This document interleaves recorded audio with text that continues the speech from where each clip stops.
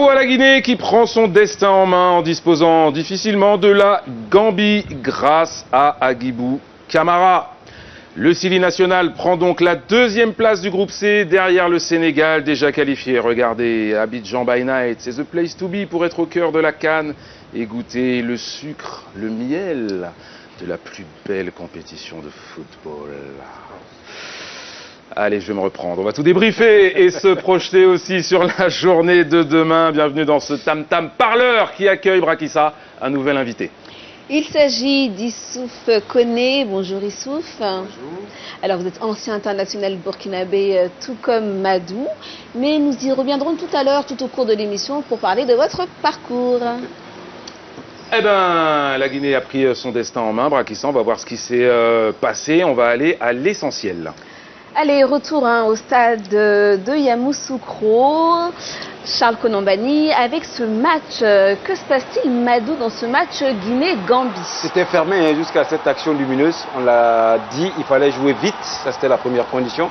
Il fallait aussi jouer en première intention. Et cette action le montre, une touche, une longue balle, avec le centre en retrait et surtout l'envie de l'attaquant. Il s'est arraché. Je ne sais pas ce que le défenseur faisait, mais en tout cas, celui qui avait plus envie a pu marquer. Et c'est extraordinaire. Oui, donc il aura fallu attendre donc la 70e minute pour que Agibou Camara conclue et ouvre le score, surtout en faveur donc, de la Guinée. C'est la délivrance de tout un peuple, j'ai envie de dire. Oui, c'est plus qu'une délivrance.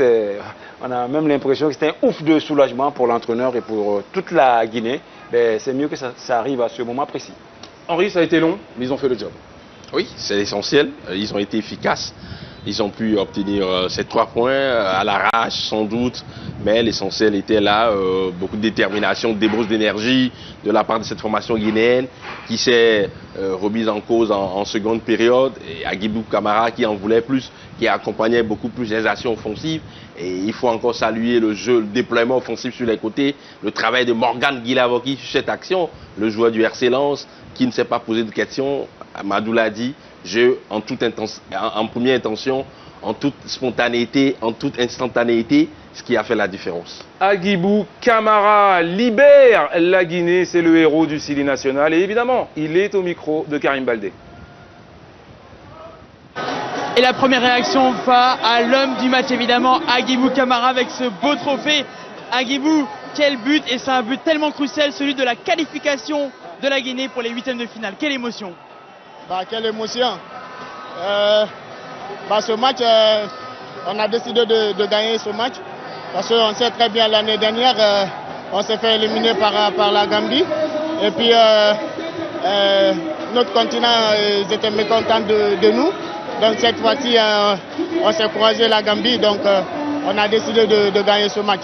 Qu'est-ce qui a changé entre le match de la Gambie il y a 2 ans, cette élimination en 8e, et le match d'aujourd'hui, notamment au niveau mental? On a senti votre équipe résister jusqu'au bout. Ça c'est le coach. Et puis nous aussi, nous les joueurs, on a décidé de se donner à fond et de travailler mentalement. Donc voilà, aujourd'hui ça a payé. Donc merci. Merci beaucoup Agibou Camara, vous pouvez vous reposer l'esprit en paix. Merci beaucoup Agibou Camara, l'homme du match qui passe devant nous justement pour aller saluer les très nombreux supporters guinéens qui se trouvent juste au-dessus de nous. Merci beaucoup, Karim Baldé, vous intervenez quand vous voulez, dès que vous avez un invité évidemment. La joie des supporters guinéens, la joie d'Agibou Camara. Issouf, la Guinée a tenu son rang et c'est totalement mérité pour pour Agibou Camara. Il a marqué le but, c'est lui le héros. D'accord, oui, bien entendu, on attendait la Guinée. Le match a été vraiment laborieux, difficile. Ça s'est joué à des détails près.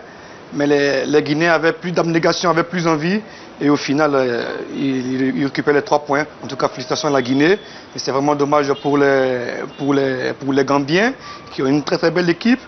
Mais avec tout ce qu'ils ont eu comme péripéties et beaucoup de soucis extra-sportifs, après ça paye parce que psychologiquement, ils n'ont pas pu tenir. Allez, un petit coup d'œil sur les stats du match. On commence à fatiguer. Allez, on va regarder un petit peu. C'était un match. Mais oui, on est fatigué, c'est vrai. Mais il y a des stats, on les regarde. Et on voit qu'il y a eu quand même une possession de balle. Quand même un peu plus, on va dire, au niveau de la Guinée, hein, Madou, comme on peut voir. Et la Gambie était un peu en deçà, mais juste un petit peu. Oui, moi, ce qui je retiens, c'est les 7 tirs, mais rien de cadré. J'ai toujours dit qu'il faut cadrer pour pouvoir marquer. Et là, ça va être très difficile pour la Gambie. Je pense que les Guinéens ont fait le boulot. Ah oui, avec 6 tirs cadrés quand même, il est clair que là, bon, c'est quand même en faveur de la Guinée. On se met dans les bonnes conditions en cadrant. C'est tout bête, ça a l'air d'être une lapalissade, mais en football, c'est assez clair. Ouais. L'efficacité, encore une fois, l'efficacité. L'efficacité offensive et défensive. Elle a fait des fois cette formation gambienne sur cette rencontre. On s'intéresse au match de Mohamed Bayo. Alors, il n'a pas le statut de héros parce qu'il n'a pas marqué, mais il a été très actif. On va revoir les principales occasions du joueur du Havre, prêté par Lille, Henry, si je ne m'abuse, à la demi-heure de jeu.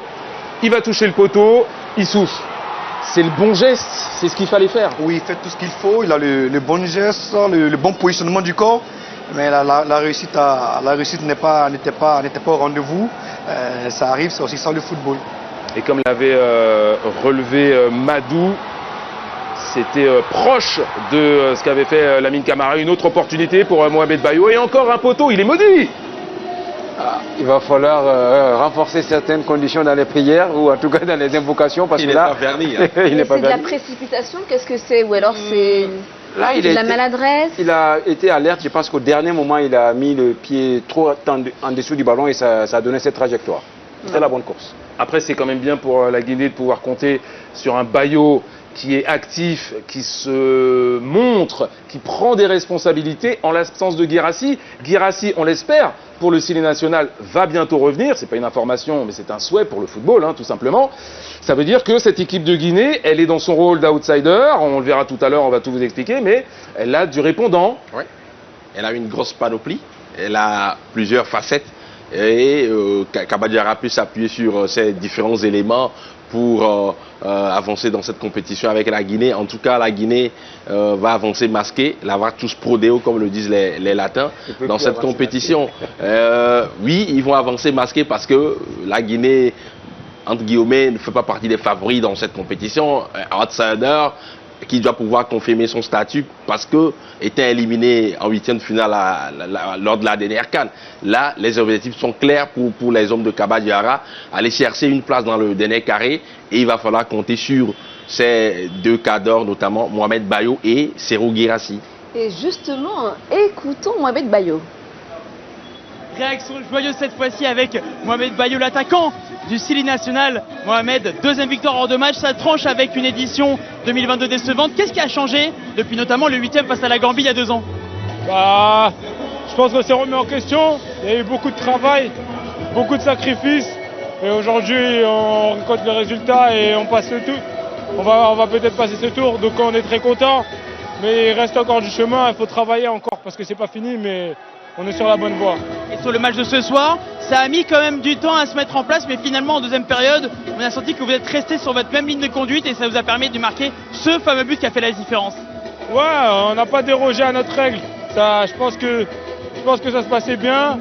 On n'a pas eu moi personnellement, j'ai pas eu de chance, un poteau et une barre aujourd'hui, donc la réussite a peut-être pas tourné, mais au final, Agibou est venu et a fait tourner le truc. C'est ça une famille. Quand l'un n'est pas en réussite, et ben l'autre fait le taf. Et c'est ça qui fait qu'on a cette force que peut-être on n'avait pas il y a 2 ans. Merci beaucoup. Merci Mohamed Bayo du Sili national. Très heureux évidemment après cette victoire face à la Gambie. Et je suis rejoint, ça s'enchaîne très très vite ce soir, c'est parfait, avec le capitaine d'un soir, Isiaga Silla. Vous êtes venu en sélection cette fois-ci, capitaine en place de François Kamano. Et la victoire au bout. Comment vous avez trouvé vos joueurs ce soir? Franchement, ça fait du plaisir de gagner. On va dire que c'est un derby, c'est une revanche. Et la Coupe d'Afrique de l'année dernière, on a perdu contre eux, mais c'est comme ça. Et on est venu avec une mentalité forte. Il faut que ça continue comme ça. On avait l'habitude de campagne plutôt décevante de la part de la Guinée, mais cette fois-ci, il y a un vent d'enthousiasme porté notamment par ce public incroyable venu de très loin, venu de Guinée notamment pour vous soutenir ici à Yamoussoukro. franchement, c'est vrai qu'ils sont là pour nous. Et c'est à nous de montrer quelque chose pour eux aussi, de faire une bonne chose et de continuer de travailler, de ne pas arrêter. Et on sait que ça nous reste un gros match contre le Sénégal. Il faut qu'on va rentrer tranquille, on va essayer de préparer ça aussi. Eh ben, on vous le souhaite, on vous retrouve au prochain match face au Sénégal. Merci beaucoup, Issa Gassila, d'avoir été à notre micro sur New World TV. Merci à Karim Baldé. Et attention, la Guinée n'est pas qualifiée. La Guinée se replace dans le groupe C. Elle a 4 points. On rappelle que le Sénégal, lui, est qualifié avec 6 points. Est-ce que vous êtes intéressé par le sélectionneur de la Gambie? Ça nous permettra d'aborder la Gambie et son destin. Tom Saint-Fiet, au micro de Karim Baldé. La joie des Guinéens contraste avec la déception des Gambiens à l'image de son sélectionneur Tom Saint-Fiet. Qu'est-ce qui n'a pas marché aujourd'hui pour votre équipe, tout comme lors du premier match finalement? Ce n'est plus la belle surprise de l'édition 2022 de la CAN. Le premier mi-temps, je pense que Guinée est mieux que nous. Mais en deuxième mi-temps, on n'a plus de contrôle, on a créé des occasions. Et Guinée marque un but dans un moment qu'on n'a pas expecté ça. On n'a plus de contrôle et c'est vraiment dommage. Le but, c'est un surprise parce qu'on essayait plus de force. Et les dernières 15 minutes, on a créé beaucoup d'occasions. Je ne sais pas que le but est hors jeu du Yankuba Minte, je n'ai pas vu ça. Mais je pense qu'un match nul, c'est plus réaliste aujourd'hui. Et c'est vraiment dommage, on a perdu encore une fois. Merci beaucoup, merci coach. Merci Karim Baldé. Madou, la Gambie va devoir réagir là. Oui, la Gambie va devoir réagir, mais je pense que, je ne sais pas si on a regardé le même match, parce que le coach, ce qu'il dit, moi je ne suis pas d'accord avec ses propos. Il peut encourager son équipe, il peut dire que la Guinée a joué, la Guinée a peut-être eu de meilleures occasions, mais on a vu que la Guinée a totalement dominé. Ils ont tiré 7 fois 0 cadré, et la Guinée a voulu gagner. Il y a eu 2 poteaux, plus le but, donc moi je pense que... Ok, ben on va voir ce qui va se passer contre les Camerounais. Ok, surtout que le Cameroun est au pied du mur, donc on a une petite idée de ce qui va se passer. Bien sûr, il faut qu'ils remobilisent ces troupes. Hein. Ils ne sont pas encore éliminés. Il faut le rappeler. Il faut gagner parce qu'il y a des places à prendre. Le Cameroun est actuellement en doute. Le Cameroun, c'est comme un lion blessé, même si aujourd'hui on a tendance à rigoler un peu, il faut faire attention. Et il faut se ressaisir. Cette dernière journée va redistribuer les cartes, comme on a dit. Qui aime bien châtie bien, vous le savez. C'est pour ça qu'on est taquin avec les Camerounais. Et on aime aussi beaucoup Kaba Diawara, et Karim Baldé est avec le sélectionneur du Sili national. Les sourires sur les visages guinéens à l'image de celui de Kaba Diawara, le sélectionneur national. Kaba, on pense à ce match il y a 2 ans, cette élimination face à la Gambie. Et là, quand on voit ce changement dans l'état d'esprit, dans la manière d'aborder le match, c'est quand même assez incroyable cette différence. Disons qu'on a changé un petit peu. On a grandi et je vous assure que pendant 2 ans, on a ressassé ce match. Et comme j'ai dit aux garçons dans l'avant-match, aujourd'hui le bon Dieu nous donne une chance de se rattraper. C'est tellement rare. Et là on arrive pour chercher ces 3 points qui nous amènent pratiquement en 8e de finale.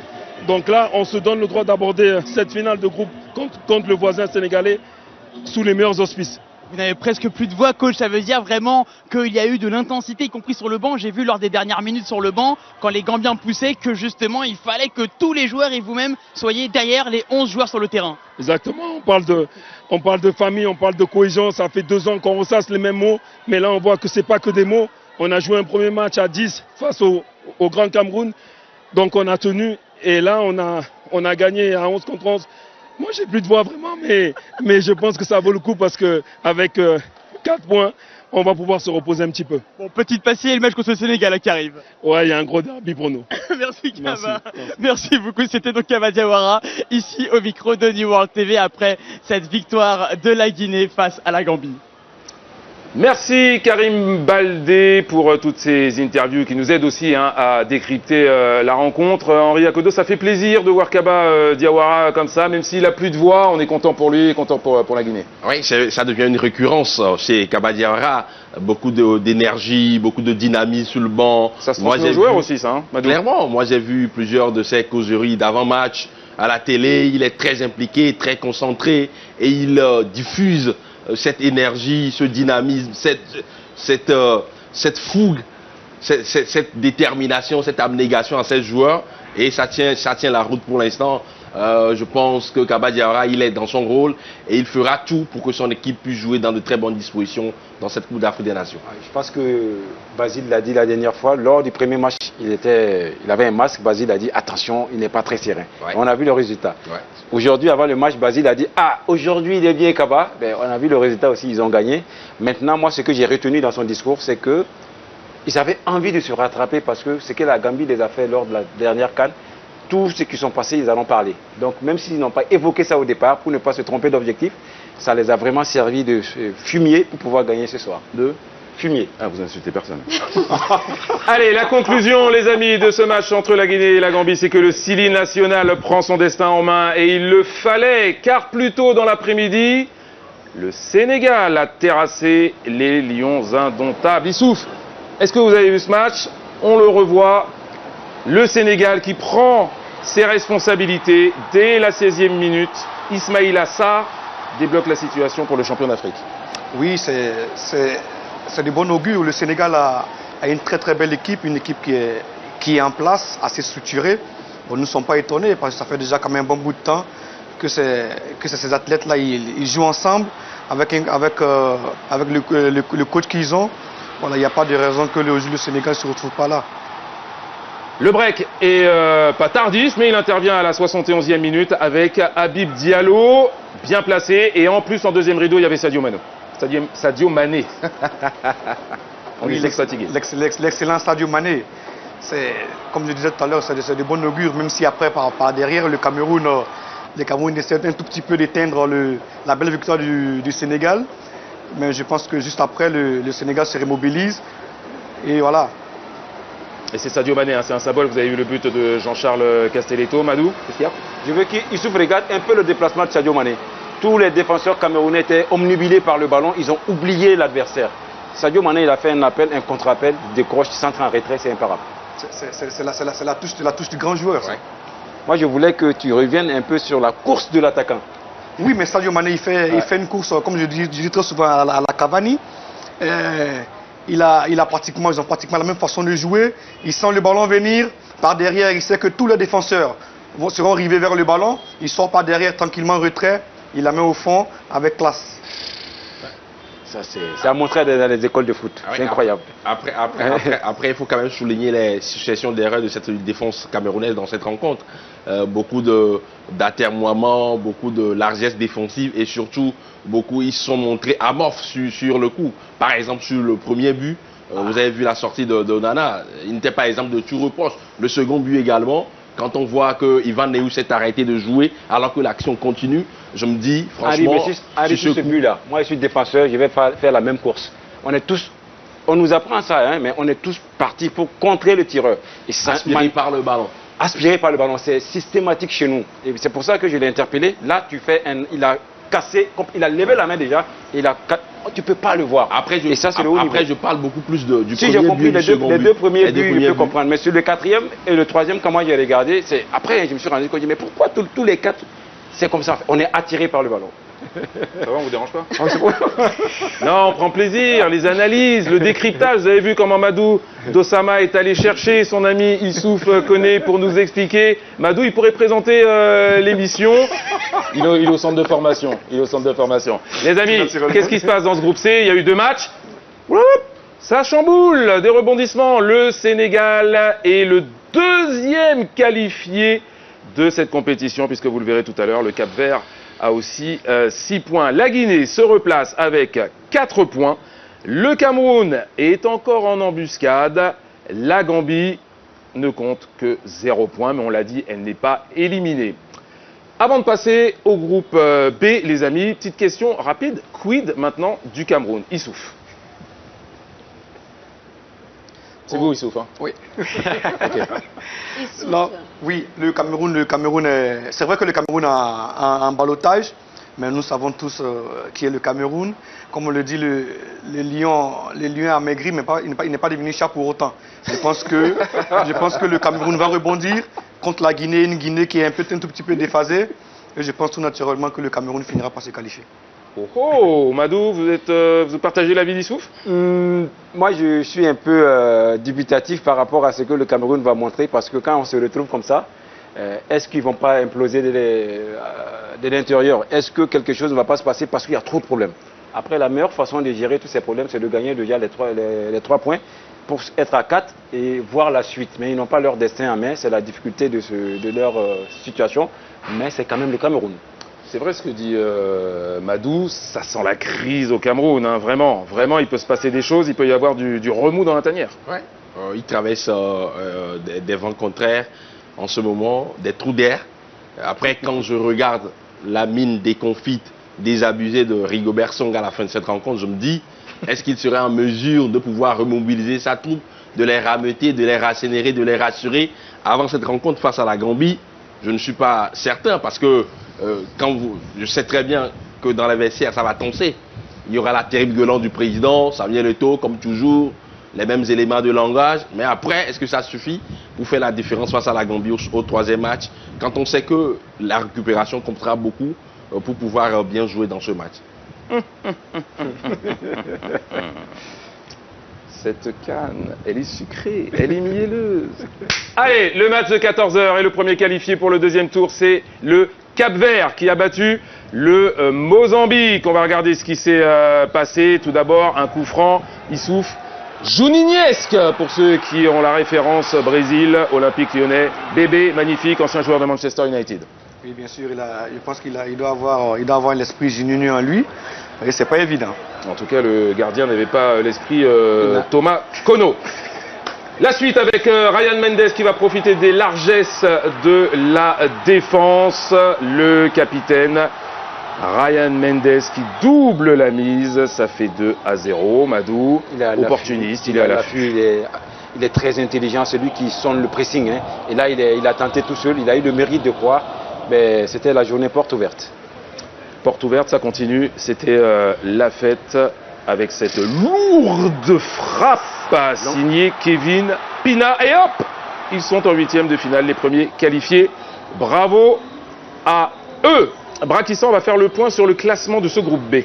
Effectivement, alors vous l'avez dit, hein, le Cap-Vert donc est qualifié pour le prochain tour. L'Égypte 2 points, Ghana 1 point et Mozambique 1 point également pour le moment.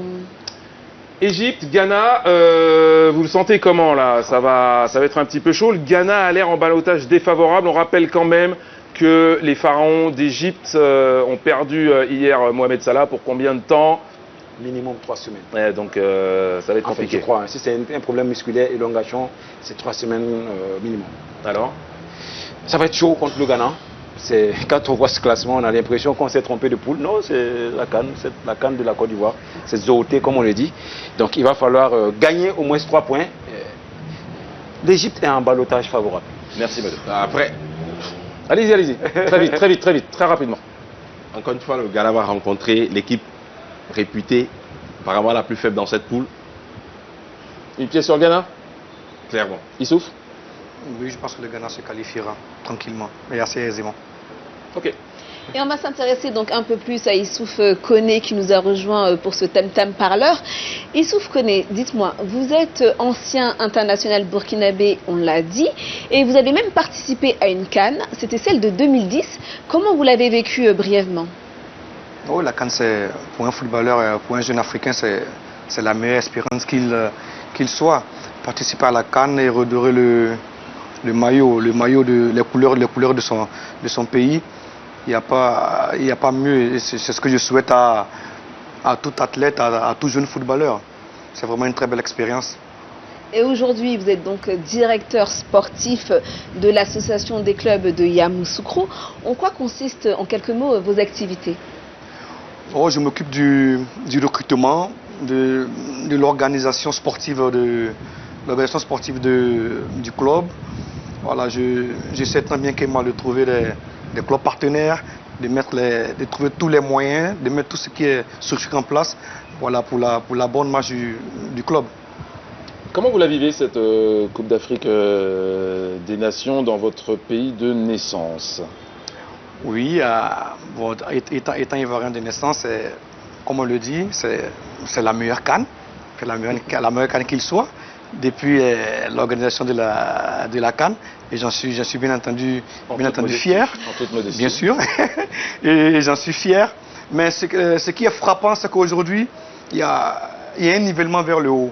Il n'y a plus de petites équipes, ça n'existe plus. Les thèmes comme favoris, je pense qu'il va falloir commencer à les bannir. Parce qu'aujourd'hui, le Cap-Vert, premier qualifié, devant le Ghana et l'Égypte, ça veut dire ce que ça veut dire. Alors il y a quelque chose que vous ne nous avez pas dit, Issouf, puisque vous avez été international burkinabé, tout comme Madou Dossama, c'est la connexion. Elle vient d'où? Parce que vous n'êtes pas de la même génération d'étalons. Qui parle? Qui va raconter l'histoire? Madou? Oui, bon, un étalon reste un étalon. Hein. Moi, j'ai raccroché en 2004, juste après la CAN 2002. Et c'est naturellement que je l'ai adopté en 2008-2009, comme il l'a dit. Adopté, c'est une façon de parler. C'est une question de parler. J'ai dit adopté parce qu'il a joué pour les étalons, on ne se connaissait pas. Et il s'est trouvé que moi, je le voyais toujours voyager. Et moi, j'étais agent de sûreté aéroportuaire. Et c'est là, en fait, je l'ai dit, en fait, je me suis présenté. Et depuis lors, à chaque fois qu'il passe, on fait le débrief du match avant qu'il rentre. Et c'est comme ça qu'on est resté amis jusqu'à ce qu'on se retrouve ici. C'est une très belle histoire, les amis, et je voulais que vous la partagiez avec nos téléspectateurs. Devine qui vient jouer demain. Le programme est dans cette bande-annonce.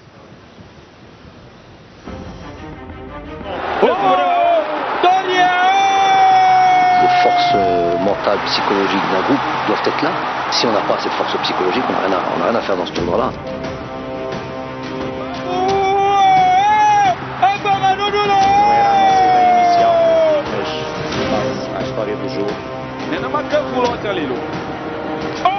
Il y a 2 matchs encore, on veut se qualifier, on veut montrer qu'on peut faire mieux.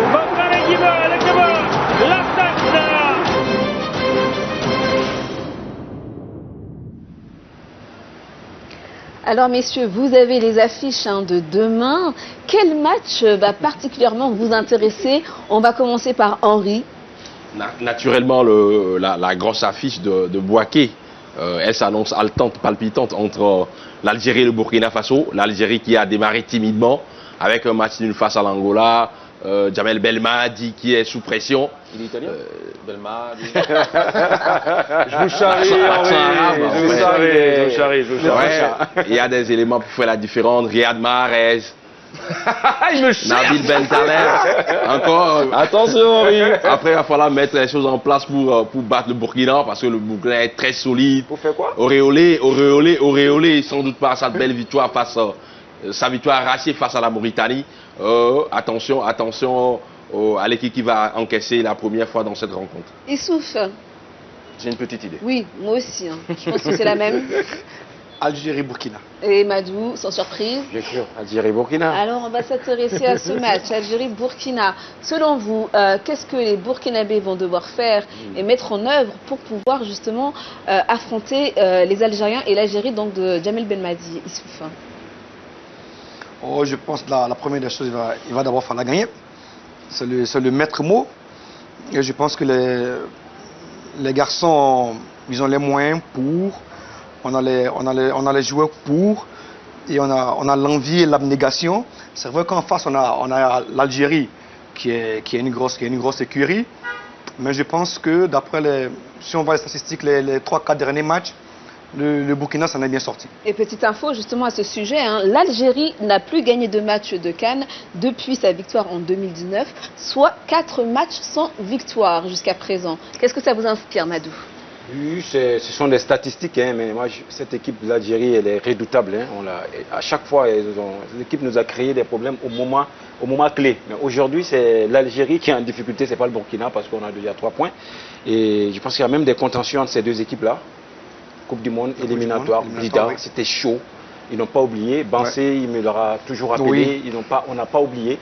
Et demain, si on a l'occasion, je parle de nous, Burkinabé et Talon, s'ils ont l'occasion de battre l'Algérie, ils ne vont pas se gêner. Mais ça va être très difficile parce que quand l'Algérie est aussi comme ça, c'est un match compliqué qui nous attend. Autre match, cette fois-ci dans le groupe E, la Tunisie affrontera le Mali. Match très intéressant également. Un petit mot sur cette rencontre, Henri? On se rappelle de Dialyssi Kazoué en 2021 au Cameroun, à cette CAN où il avait sifflé la fin de la rencontre avant la fin du temps réglementaire. Ce sera des retrouvailles, un très beau duel entre deux équipes qui sont bien en place. La Tunisie qui a perdu d'entrée et le Mali qui a gagné face à l'Afrique du Sud 2-0. Le Mali qui fera tout pour aller chercher tout de suite le ticket pour les huitièmes de finale. Et à quelques heures donc de cet affrontement, nous allons nous rendre voir notre envoyé spécial, donc Sena Chikou, qui va nous dire quelques mots sur la rencontre. Sena. Tunisie-Mali, le duel des aigles est attendu ici à Korogo, par toute la ville de Korogo, parce que ici, dans le quotidien des gens, les Maliens sont présents et que ça pourrait afficher complet au stade Amadou Koulibaly pour ce choc du groupe. Et il faut dire qu'en conférence de presse, Djalel Kadri a notamment évoqué la performance ou la force, la richesse du secteur offensif des Maliens. Il parle d'un jeune Doumbia, on le suit. Les qualités technico-tactiques de certains joueurs de cette équipe sont énormes, donc on respecte toute l'équipe. Doumbia, c'est un très bon joueur qui a un potentiel offensif considérable, mais notre concentration, elle se base essentiellement sur le comportement de toute l'équipe. De son côté, le sélectionneur malien Eric Sekou Chel a lui parlé de l'expérience que peut montrer cette équipe tunisienne. Avec l'histoire qu'ils ont au niveau de leur palmarès et au niveau de leur football, ils sont jamais autant dangereux quand ils seront entre guillemets dos au mur. Au rayon des dernières nouvelles, il faut dire que côté malien, Moussa Diarra souffre un peu de palu, un peu comme Yves Bissouma, mais pour lui c'est moins grave. Donc tout est là, tous les joueurs sont présents à l'entraînement comme on peut le voir. Lui, il s'entraîne à part Moussa Diarra malheureusement. Voilà les nouvelles qu'on peut avoir du côté malien. Côté tunisien, l'attaquant blessé la dernière fois face à la Namibie est sorti du groupe Hélissi. Malheureusement pour lui, c'est ce qu'a annoncé d'ailleurs le sélectionneur en conférence de presse aujourd'hui. Il faut s'attendre à un vrai choc entre les aigles du Mali et les aigles de Carthage. Ça va être chaud et pour la première fois, on pourrait voir un stade affiché complet pour un match lors de cette Coupe d'Afrique des Nations.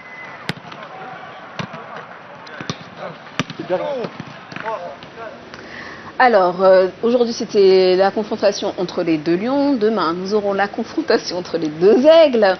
Et je souhaite savoir donc, Madou, selon vous, comment est-ce que la Tunisie, plutôt en difficulté, devra faire pour arriver à bout du Mali, qui a fait quand même une belle entrée en matière, on va dire, dans son match précédent? Duel de rapace. Donc ça va être compliqué pour les Tunisiens. Je sais que les Maliens, ils ont une assise quand tu les vois, c'est du solide. C'est l'une des équipes les plus solides après le Sénégal quand je les ai vus jouer. Ils sont très pragmatiques avec un bon coach qui sait où il va. Aux Tunisiens, de chercher à gagner aussi ce match, ça va être très difficile pour eux parce que cette équipe de Tunisie ne m'a pas convaincu. La preuve, ils ont eu une défaite, mais attention, pour bousculer le Mali, il va falloir montrer plus d'arguments que ce qu'on a vu lors de leur premier match.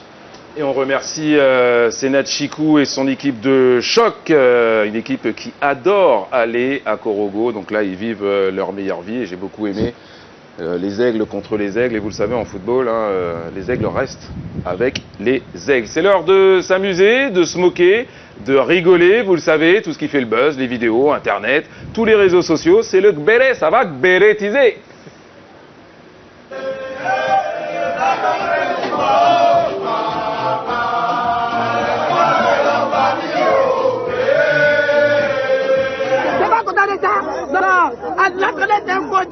Qu'avons-nous fait au bon Dieu pour mériter des gens aussi bêtes? Concentrez-vous sur votre victoire, concentrez-vous sur votre compétition. Vous laissez votre compétition, vous venez mettre les organes dans des affaires inutiles, ridicules, qui n'ont pas de sens.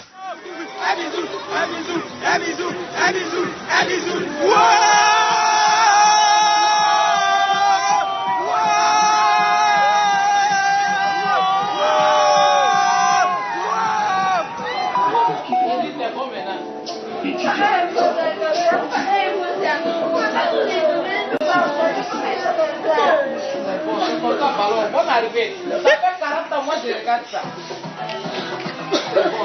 enfants, Yako. La Côte d'Ivoire donne gourmet à mes enfants. Il y a des joueurs qui parlent, quand les mecs pour jouer ballon. Numéro 11 là, il vaut rien. On est nul. Nul. Faites-les sortir tous. Les bagues là. Moi, je fais mon ticket. On est nul. J'ai pris un ticket. C'est ça de formation qu'on nous a envoyé. Voilà, il faut leur dire ça. Ça là, on ne peut pas prendre ça là. On a pris un transport pour venir. Ça, c'est ballon, ça là. Ça, c'est ballon. Nigeria, ils vont nous gagner. Et puis, ils nous gagnent. On va mourir. On va pas mourir. On va pas mourir. Non. Alors, messieurs, rapide un tour de table pour savoir quel est l'extrait qui a le plus retenu votre attention. Henri. Les petits gamins qui pleuraient en larmes après la défaite de la Côte d'Ivoire. Grosse désillusion, grosse déception. C'est vraiment dommage pour eux. C'est triste hein, quand même. Et vous, Issouf? Moi aussi, les petits gamins, c'est vraiment triste. Je pense que ce sont des séquences qu'il va falloir montrer aux joueurs. C'est dur. Ah ben bon, oui, ça reste un jeu. Oui, mais il faut les choquer. Parce que je veux dire que semble de manquer de respect au Nigeria. Oui. Il est dur, Issouf. C'est quand même, la CAN est quand même en Côte d'Ivoire. Vous êtes trop dur d'avoir. Moi, je suis positif. C'est la demande en mariage au stade. J'ai rêvé tellement de faire ça que ça m'a touché. Le romantique. Et oui, mais on vous l'a dit tout à l'heure, le foot, c'est du love aussi. Et on a Madou. On est toujours la canne sucrée, mielleuse. Bah oui, bon les amis, c'est l'heure de se dire au revoir. Dans quelques instants, vous reverrez les meilleurs moments de cette journée. Il s'est passé énormément de choses. On voudrait faire un petit salut spécial ce soir à nos monteurs. On va vous les citer. Aristide Beglo, féliciter Doc B, Mathieu Alves, Alain Saupe et un petit coucou spécial à Noémie Grosjean, qui fait partie de notre équipe technique et qui veille, avec d'autres bien sûr, ils se reconnaîtront, à ce que tout se passe bien dans Tam Tam et dans Tam Tam Parleur. On vous dit à demain, Algérie, Burkina, Tunisie, Mali. On va encore se régaler. Profitez de votre nuit, dormez bien. Bonne nuit les amis. À demain. Et personne sort, hein. On a rendez-vous demain.